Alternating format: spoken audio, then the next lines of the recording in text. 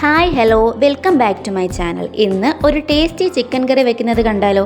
അപ്പോൾ ചാനൽ ആദ്യമായിട്ട് കാണുന്നവരാണെങ്കിൽ ചാനൽ സബ്സ്ക്രൈബ് ചെയ്യുക, ലൈക്ക് ചെയ്യുക, ഷെയർ ചെയ്യുക, എന്നെ മാക്സിമം സപ്പോർട്ട് ചെയ്യുക. അപ്പോൾ നമുക്ക് വീഡിയോയിലോട്ടേക്ക് പോകാം. ആവശ്യമായ സാധനങ്ങൾ: 2 മീഡിയം സൈസ് സവാള സ്ലൈസ് ചെയ്തത്, 250 ഗ്രാം ചെറിയ ഉള്ളി, ഒരു ഉള്ളിയെ രണ്ടായി മുറിക്കണം, 2 ഇഞ്ച് നീളമുള്ള ഇഞ്ചി, 25 വെളുത്തുള്ളി അല്ലികൾ, 5 പച്ചമുളക്, 2 ടേബിൾ സ്പൂൺ കുരുമുളക്, ഇതെല്ലാം ചേർത്ത് പേസ്റ്റ് ആക്കാനുള്ളതാണ്. 2 ടേബിൾ സ്പൂൺ മുളക് പൊടി, 2.5 ടേബിൾ സ്പൂൺ മല്ലിപ്പൊടി, 4 table spoon chicken masala, 2 teaspoon മഞ്ഞൾപ്പൊടി. മെയിൻ ഇൻഗ്രീഡിയൻ്റായ ചിക്കൻ 1-1.25 അളവിനുള്ളതാണ് ഞാനിപ്പോൾ ചെയ്യുന്നത്.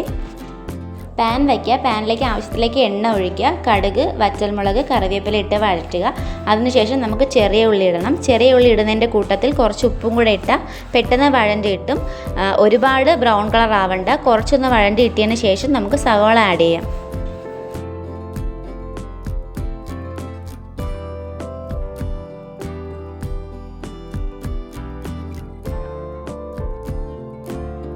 ഇപ്പോൾ ഏകദേശം വഴണ്ടി കിട്ടിയിട്ടുണ്ട്. ഇനി നമുക്കതിലേക്ക് സവാള ആഡ് ചെയ്യാം. സവാളയും അത്യാവശ്യം നന്നായി തന്നെ വഴണ്ടി ഇട്ടണം, നല്ല ബ്രൗൺ കളർ ആവണം. അതിനുശേഷം നമുക്ക് ഇഞ്ചി, വെളുത്തുള്ളി, പച്ചമുളക്, കുരുമുളക് ഇതെല്ലാം കൂടെ ചേർത്ത് പേസ്റ്റ് ആക്കിയത് ആഡ് ചെയ്ത് കൊടുക്കാം.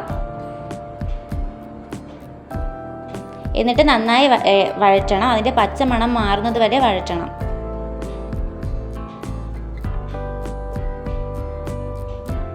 ഇനി അതിലേക്ക് കഴുകി വൃത്തിയാക്കി വച്ചിരിക്കുന്ന ചിക്കൻ നമുക്ക് ആഡ് ചെയ്യാം.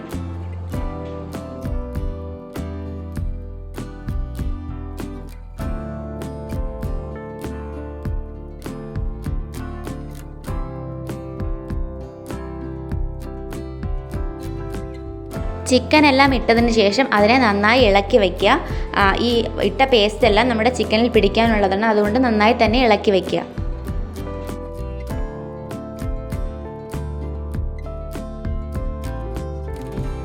അതിനുശേഷം കുറച്ച് ഉപ്പും കുറച്ച് മഞ്ഞൾപ്പൊടിയും കൂടെ ഇട്ട് ചിക്കൻ നന്നായിട്ട് ഇളക്കി വയ്ക്കണം.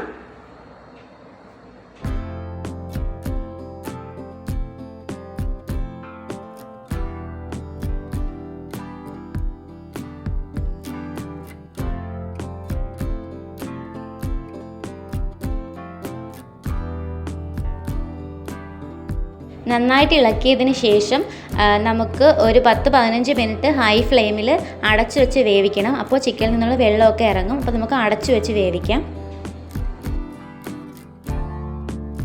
10-15 മിനിറ്റ് കഴിഞ്ഞാണ് ഞാനിപ്പോൾ തുറക്കുന്നത്. ഇപ്പോൾ ഏകദേശം വെള്ളമൊക്കെ ഇറങ്ങിയിട്ടുണ്ട്.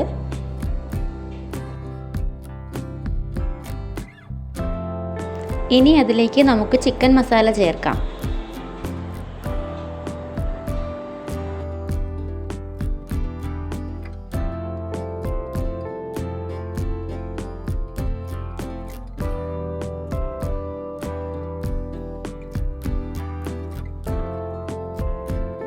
ചിക്കൻ മസാല ചേർത്തതിന് ശേഷം നന്നായി ഇളക്കി വെക്കണം.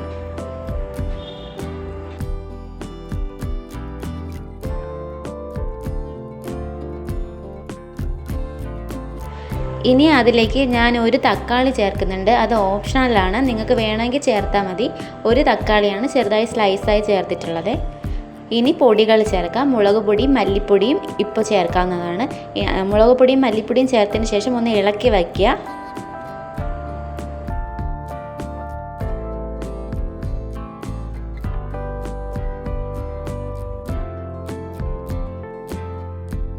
നന്നായി ഇളക്കി അതിൻ്റെ പച്ചമണമൊക്കെ ഒന്ന് മാറിയതിന് ശേഷം മാത്രം ചൂടുവെള്ളം ഒഴിച്ചു കൊടുക്കുക. ആവശ്യത്തിന് വെള്ളം ഒഴിക്കുക.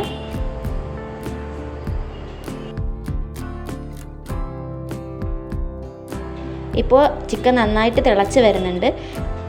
ഇനി അതിലേക്ക് മല്ലിയിലയൊക്കെ ഒന്ന് ഗാർണിഷ് ചെയ്തിട്ടാൽ നമ്മുടെ ചിക്കൻ കറി റെഡി ആയിട്ടുണ്ട് കേട്ടോ.